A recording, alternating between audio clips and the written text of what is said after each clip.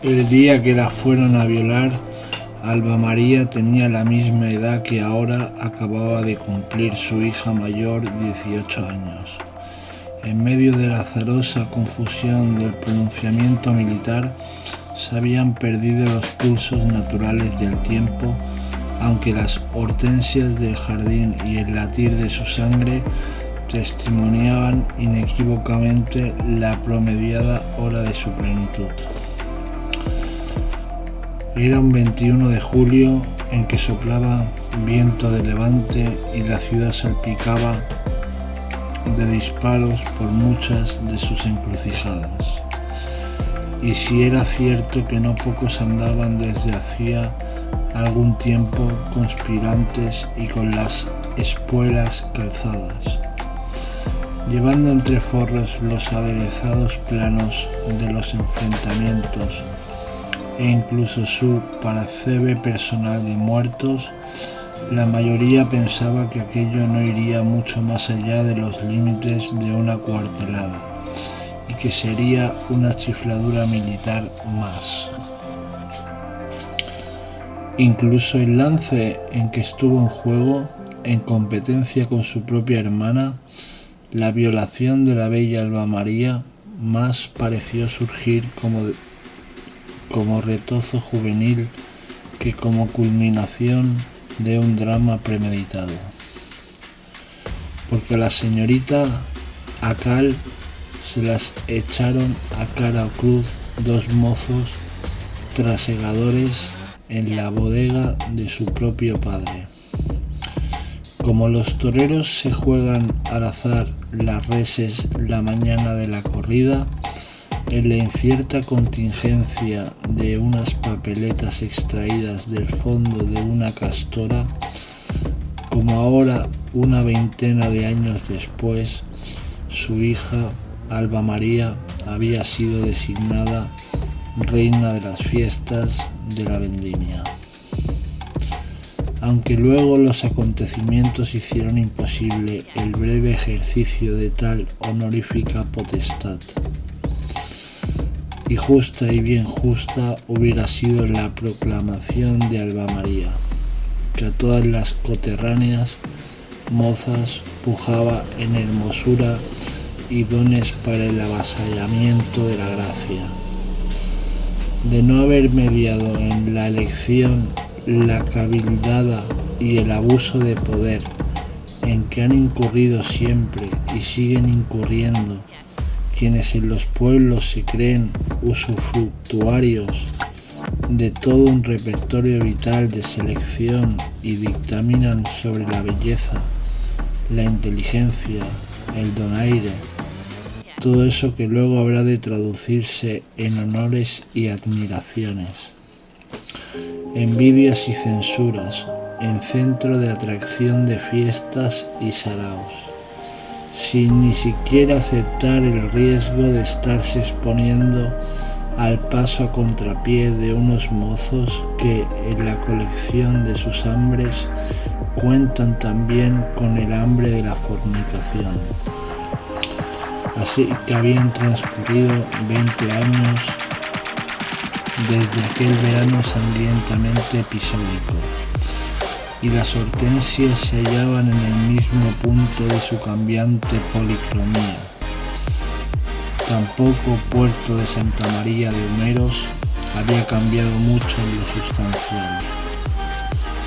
Por lo pronto seguía habiendo una veintena de familias que, como suele decirse, se permitía pasear públicamente con el pan bajo el sobaco, y que nadie intentase ni siquiera dejar al descubierto el natural aumento de insalivación y otros humores que esos alardes producen.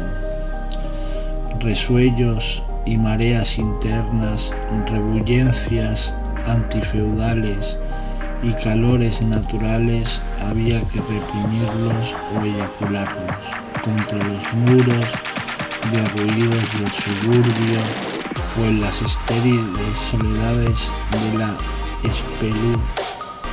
espelucas del monte o de los acantilados. Así que nada, había cambiado el puerto de Santa María de Humeros. Y como 20 años atrás, unos pocos clanes soberaneaban y hacían y deshacían a su antojo. Socialmente, en la política, en los negocios, entre estas familias estaba la de don Getúlio Acal, padre de Alba María y abuelo de Matilda. Esta, con sus 18 años recién cumplidos, aquella frustrada reina en los inicios del drama, lo que arrasó e hizo imposible la guerra para su madre, estaba ahora Matilde en vísperas de conseguirlo. Por concesión y con el beneplácito de los entonces frustradores, Matilda reinaría en las fiestas de la vendimia de su pueblo, y madre e hija eran esperadas aquella tarde en Humeros, mientras el rabiazorras recrecía el verano. Llegaban de la capital de la nación donde residían, y con tal acontecer en casa de los Acal se otorgaba ese día una burla especial a Petrita Cabuján, la casi centenaria doméstica lebrijana, que había sido ama de leche de don Getúlio, y que muchos años después, cumplida la cincuentena y su ciclo germinal de hembra en activo, se quedara para siempre en la casa, así como uno más de la familia. Ahora y ya muy anciana, disfrutaba de la licencia de bajar al patio el día que llegaba Alba María, su esposo y los 3 hijos del matrimonio, concesión que se repetía un mes después, en el momento del regreso. Junto con el de Nochebuena, estos eran para Petrita los días más activos y reconfortantes del año. La artritris venía ofendiendo a la anciana doméstica con un especial frenesí. Había sido una mujer de inusitado rebullir casero y la enfermedad le había agarrotado de tal forma las piernas que tenía que bajarla y subirla en la silla de la reina. Ese día en que iba a ser porteada a mano, la viejecita se colocaba un par de sayas más para que los trasegadores de la bodega, forzudos y musculosos, no repararan demasiado en sus descarnadas posaderas. En otros tiempos, Alba María y los suyos se pasaban en aquella casa el verano entero, pero ahora tenían que conformarse con el menguado mes de vacaciones de las sociedades industriales y meditorizadas. Ese mes procuraban siempre hacerlo coincidir con los festejos de Humeros, el gran jubileo de exaltación de viñedos y lagares. Y siempre ocurrían cosas de contar, porque donde hay mucho vino hay poco tino. Aparte, el legítimo no querer ceder de la recia naturaleza que sustentaba su cuerpo menudito, a Petrita le habían brotado como 2 raíces adventicias que la afirmaban aún más en casa de los Acal, en la que transcurriera más de la mitad de su vida. De una parte, el buen punto que todavía sabía dar a los poleadas y al ajo caliente, las 2 alternativas en la cena de don Getúlio, desde que el médico le recomendó moderación en el comer, acompañándole la prescripción con el inevitable más mató la cena que curó a Vicena. El otro cebo era la orza de los altramuces con que las ancianas aguardaba cada verano a los pequeños viajeros de Madrid, porque con mucha antelación la viejica se pasaba semanas escogiendo los altramuces, abstraída como si fuesen piedras preciosas o no hubiese en el mundo que hacer más importante que aquel luego de hecha la entresaca. Los bañaba no menos pacientemente en agua y sal para quitarles el amargor, y llegado el momento los administraba con la cicatera, mano con que dispensa dones la ancianidad, más que porque duraran con la oculta intención que Dios no le tomara demasiado en cuenta de que maliciosamente los niños le gritaran mientras más alto mejor: ¡Chochos, Petrita! ¡Queremos chochos! Ya nonagenaria, es cierto que ya no sabía reír, pero se le enchiribitaban los encuevados ojos, y eran ya 3 las generaciones engreídas por Petrita, el ama de leche de don Gétulo, con su inocente juego anfibológico. Don Gétulo y su esposa, Paz Brigadier, aguardaban la llegada de los viajeros. Transmitían su impaciencia al balanceo de 2 mecedoras parejas, aprovechando el frescor de la tarde en el patio. Entre bromelias y esparragueras recién regadas y con el piar de los vencejos de la torre vecina, moldurándole artesones a la bóveda de un cielo crepuscular. Al fondo de la galería, en un recio sillón de su lebrija nativa, Petrita disimulaba aún peor su excitación, y el distanciamiento protocolario y servil agravado por la cortedad de oído de la anciana doméstica y también de don Gétulo convertían la espera en un picotear inconexo de frases. Jesús, más de 100 leguas de Madrid a Humeros, y tardar solo 7 horas, menos de lo que duró mi primer viaje desde Lebrija, que salí de mi casa antes del amanecer y llegué a esta casi de noche, ya con los velones encendidos. Los exámenes de Matilda en la universidad, su primer año de estudios serios, parece que no fueron muy brillantes.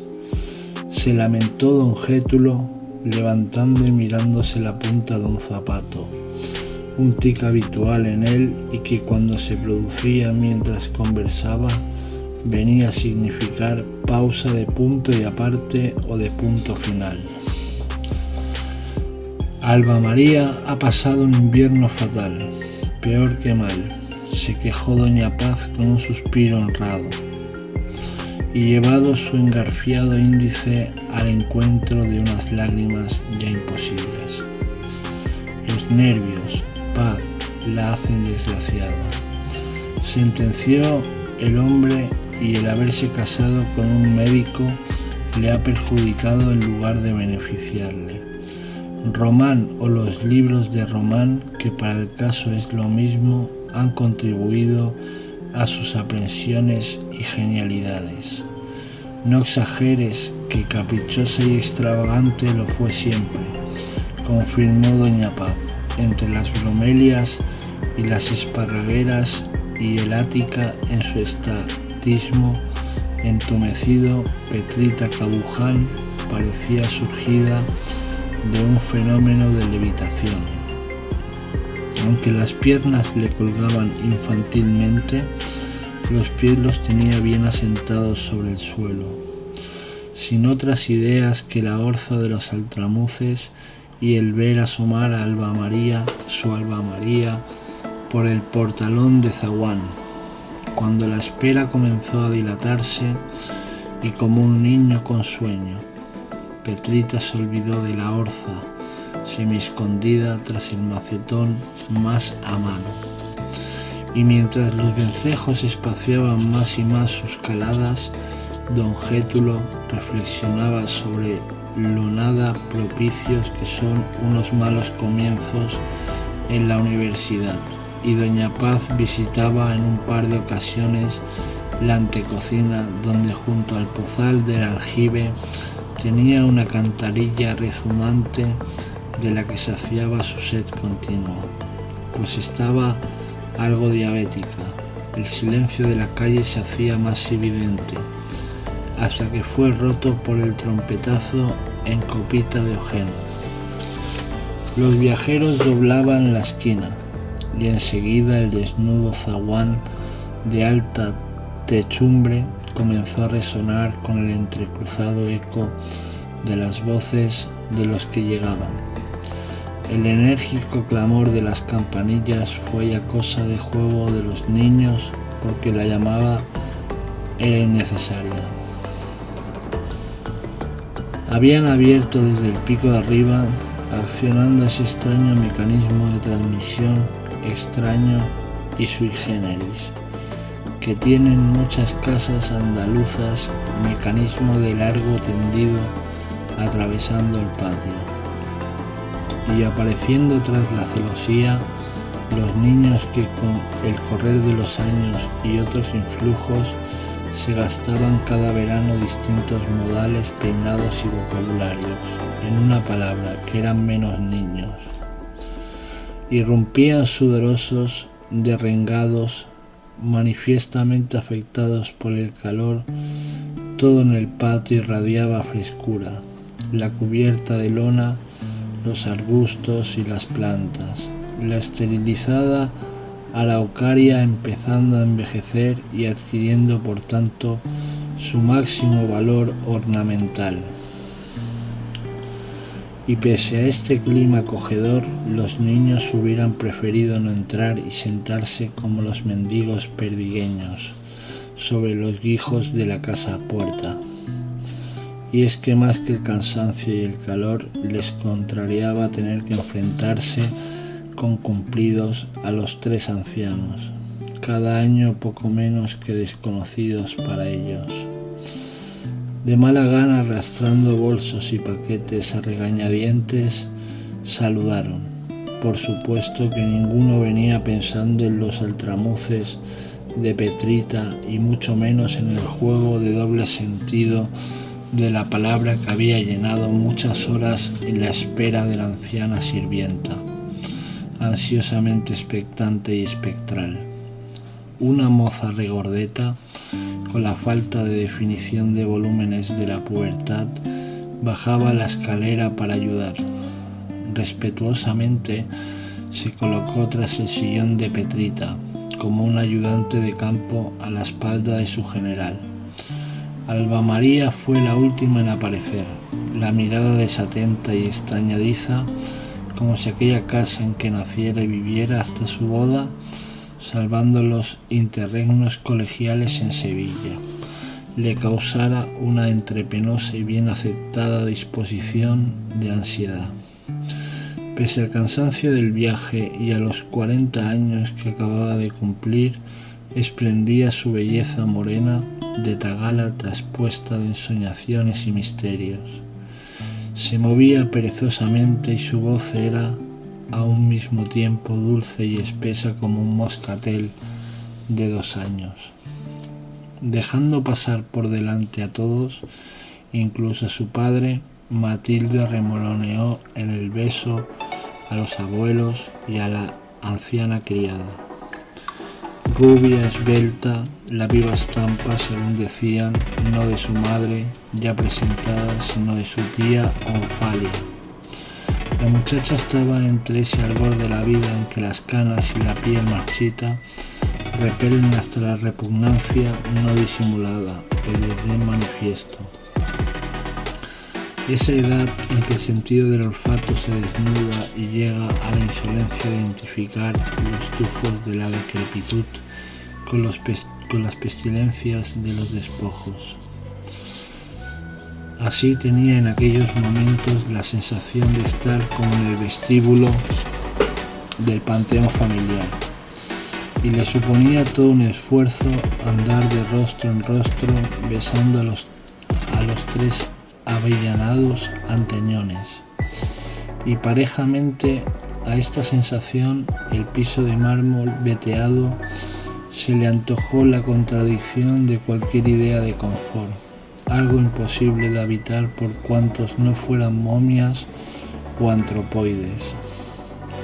Como le resultaría luego abominablemente rancios la mayoría de los muebles y detalles ambientadores de aquel casón. Doña Paz Brigadier se alzó unos instantes de la merecedora para saludar a los recién llegados, fría como el granizo y tan incapaz de abrazo como la misma manquedad. Luego de 20 años de casada, Alba María no había pasado con el yerno del estirado ofrecimiento de la mano. Por el contrario, don Gétulo buscaba a todo trance adoptar un aire jovial y bromista, para así ganarse la voluntad de los nietos. ¿Qué? ¿Dispuestos a ser este año los primeros en la cucaña? Si me decís que no, me veré obligado a inscribirme yo. Intentaré mejorar mis marcas de juventud. Y se reía con estrépito, alzando la punta de ambos pies. Los chicos le miraron desde su lejanía de cansancio y apuntaron una sonrisa. Y en natación, ¿habéis progresado mucho? Don Gétulo había tenido unas facciones correctas y aún conservaba una cierta pureza de rasgos y tomaba a los niños como catalizadores de su propia edad. Se decía que mientras no descubriesen el niño en el instante del beso o la carantoña una mueca de desagrado, es que estaba en plenitud de posibilidades ante las mujeres. Sin saberlo, aplicaba las teorías de antiguas filosofías que concebían la feminidad como una larga etapa de la puericia. Don Gétulo, pues a los 70 y pico de años, todavía se atrevía a arrastrar el ala festejante y galanteador, y era cierto que los niños aún le besaban sin escrúpulos, lo que no ocurría con doña Paz, que además de arrugas profundas tenía en el rostro un par de verrugas florecidas de erectas pilosidades. Doña Paz retornó pronto las asentaderas al muelle Cojín. Si dejaba de percibir sus flacas carnes sobre la amortiguante almohadilla, sentía como que perdía fuerza su autoridad y muy especialmente su razonamiento. De nuevo acomodada, preguntó: ¿Estás satisfecha, Matilda, de ser este año la reina de las fiestas? Acompañando las cortas palabras con un lánguido barrenar de la mano, la muchacha contestó: Así, así, abuela. ¿Cómo así, así?, saltó doña Paz, en los preámbulos de un sermón tartareo. Por favor, mamá, intercedió Alba María, es que viene rendida del viaje y no ha acertado a explicarse. Él, así es una manera de no decir nada. Bueno, pero esta niña no se da cuenta de que la elección es un homenaje a su belleza y un honor para nuestra familia. Por supuesto, mamá, y ella sabe que es un honor. Lo que ocurre también es que la gente joven de ahora le quita importancia. Es más natural para unas cosas que a nosotras nos suponía el colmo de la dicha. Anda, anda, no la justifiques, hija. Dice que la gente joven, rarezas. ¿Y quién nos estará inculcando esas ideas desintegradoras? Alba María sentíase abatida, sin fuerza para exponer otros argumentos, conjeturas más sólidas. Pensó que, como reza el refrán, es el tiempo el que curte el dolor y no el ungüento, y prefirió callar. Además estaba deseando saludar a Petrita, quien desde su lejanía y lacrimosidad la seguía con dificultades. Por supuesto que nadie preguntó a la viejita por los chochos, hasta ella misma, y tan pronto tomó entre las suyas las manos de Alba María. Se olvidó de que la orza la tenía allí mismo, junto a la diminuta y cada vez más abogatada chinela negra. Hola, mi niña. Petrita, ¿enviaste las flores por los difuntos? Se las mandé, hija, se las mandé de tu parte como todos los años, puntuales. Alba María había hecho la pregunta colgada de una de las orejas de la anciana, procurando no ser oída de los demás. A la mañana siguiente, madrugadora, Alba María y menos diligente su hija, la primera visita que hicieron al levantarse fue a la soleada galería encristalada de los 8 arcos peraltados y los gruesos cortinones que le daban un recogimiento entre de lugar sacro y tranvía en reposo. La galería se hallaba situada al fondo del casón, en la planta alta, la misma en la que estaban los dormitorios. A ella trasladaría Matilda los cuadernos y libros de texto de las materias que, como había comentado el abuelo, le habían quedado para septiembre. En esta galería mirador coincidirían madre e hija, largas horas durante las vacaciones que comenzaban. Matilda sobre el lila y azul de los desvaídos muebles isabelinos, los libros y ella misma como perdidos en uno de los extremos de la larga mesa de rica madera veteada procedente de las Antillas. En verano y en los tiempos del virreinado del bisabuelo, esta galería se convertía en gran comedor. Servía a la mesa una pareja de pardos, legítimos criollos, y en verano se trocaban las alfombras por esteras de Filipinas. A Alba María le bastaba con acordarse sobre la baranda del balconaje, la mirada contemplativa y ensoñadora. En aquella galería y desde muy niña Alba María se sumía en largos éxtasis y arrobamientos, ya que era mucho y muy diverso lo que desde la eminencia podía abarcarse. Edificaba la casa sobre el borde mismo de la barranca que dividía Humeros en 2 barrios naturales, el alto y el bajo. La galería encristalada quedaba como suspendida sobre la quebrada, la orientación era su poniente y lo más hermoso del paisaje humereño que daba a la vista. En un primer plano se veía el jardín de la casa, con pocas plantas exóticas de los tiempos en que Godoy escogiera Húmeros para la instalación del jardín botánico de aclimatación de especies americanas, y para celar en un bello escenario romántico entre conventos sus amores con Pepita Tudó, el jardín bajaba en gradas hasta las bodegas, largas edificaciones con tejados a 2 vertientes.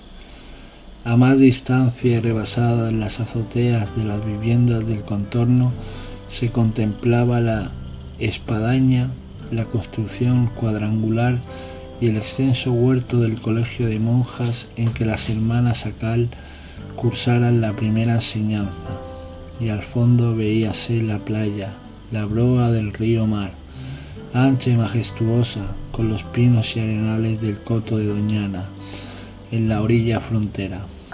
Por último, hacia poniente, el confín del mar y el horizonte, quiera Dios o no quiera ya, soy rico. Cuenta que exclamó soberbio un antepasado de don Gétulo al avistar desde aquel observatorio a una escuadra de bajeles que, cargada de oro y plata, piedras preciosas y especias, le llegaba de América. La leyenda dice que instantes después del blasfemo desafío, los bajeles se hundían a su vista al tropezar con los bajíos de la desembocadura, y que el chasqueado por los altos designios se suicidaba arrojándose desde aquella eminencia. Todo aquel deslumbrante paisaje lo había recorrido miles de veces Alba María con la devanadera de los sueños y figuraciones de la niñez. Aparte la leyenda sobre el tatarabuelo blasfemo, Alba María poseía recuerdos imborrables de un anciano marinero que parecía ser sirvió a las órdenes de su abuelo materno, quien fuera almirante por estas cosas, y que al anochecer le iba señalando una por una las boyas del balizamiento que desde la mar guiaba a los navíos que buscaban la bocana rumbo a Sevilla. El viejo piloto, que gustaba hacer virar en redondo el nombre de la niña llamándola Marialba en lugar de Alba María. Marialba es más bonito, que es nombre de galeón antiguo, argumentaba. Se sabía la denominación de todas las boyas. Mira, Marialba, aquella primera mar afuera frente a Chipiona la llaman el Perro, y la roja en dirección a la costa onubense pierde anzuelos. Y a esta parejita que vemos entre nosotros y Doñana la conocen por Caridad Sur y Caridad Norte. Y aquella última en dirección a Bonanza la nombran Malandar. El Perro pierde anzuelos, Malandar, nombres todos cargados de sugestión y misterio para la niña, Alba María o Marialba. No siempre el anciano marino sabía desentrañarle a la niña los porqués de aquellos apelativos, o sus leyendas que tendrían que resultar sin duda curiosas y hasta apasionantes. Solo la intención del nombre Malandar creía la niña poder llegar a deducirla, pese a sus pocos años, porque conocía por excursiones familiares y escolares que poco más allá de aquella playa de Bonanza, las orillas se hacían limosas y resbaladizas. El bien andar sobre la arena húmeda del litoral se convertía en mal andar en los suelos salinos, de textura fangosa de las proximidades marismeñas. Y hacia allá, ¿hay muchas más?, insistía la niña Alba María o María Alba. Y el viejo marino le contestaba, dubitativo, como si con los años le fallase la memoria. Creo que son 45 o 46. Pero desde lo que dicen Guiniguada, que está entre la Puebla y Goria, se veía el hombrecillo de hierro de lo alto de la Giralda. Qué extraña y misteriosa geografía, qué indeciso y culebreante río, con tantos alfanjes de plata, esteros, caños, bajos, aluviales, islas, cortas, espejeantes tremedales, qué confuso y vivo laberinto que precisaba en unos 90 kilómetros más de medio centenar de puntos de balizamiento. Se imaginaba la niña Marialba que la gigantesca serpiente del río en su gran tramo navegable se convertía con la noche en un inmenso gusano de luz, y envidiaba a los aviadores que podían contemplarlo, y nunca entendió por qué en sus años de colegiala en Sevilla la llevaban y traían por la monótona carretera, hurtándole a la curiosidad y al gozo de toda aquella maravillosa y complicada rúbrica de agua en movimiento. Ahora, luego de tantos años, al levantarse, madrugadora, Alba María, para hacer su primera visita del verano a la galería encristalada de los 8 arcos peraltados, se acercó a la cama en que su marido andaba desesperanzándose, luchando a brazo partido con la extrañeza del colchón de lana y la raya de luz intensa que penetraba por la contraventana. Le dijo: siempre me resulta difícil entenderte, Román, pero más cuando nos encontramos bajo los techos de esta casa. ¿Quieres decirme a cuento de qué venían las alusiones de anoche a nuestra boda durante la cena? Eran referencias que ninguno de los presentes, salvo yo, podía interpretar. ¿Por qué ese daño innecesario? Román se alisó el cabello cuidadosamente, marcado en ondas, mientras se incorporaba a medias en el lecho. Parecía que iba a replicar algo, pero se dio la vuelta, acomodando de nuevo la cabeza sobre la almohada y protegiéndose los ojos de la flamiguera espada que se colaba por la contraventana, y pese a que presionó con el brazo sobre la oreja, algo de la queja de la mujer le llegó tamizada por la tela del pijama. Un médico, y no darse cuenta que ciertas afecciones no se curan ya con revulsivos.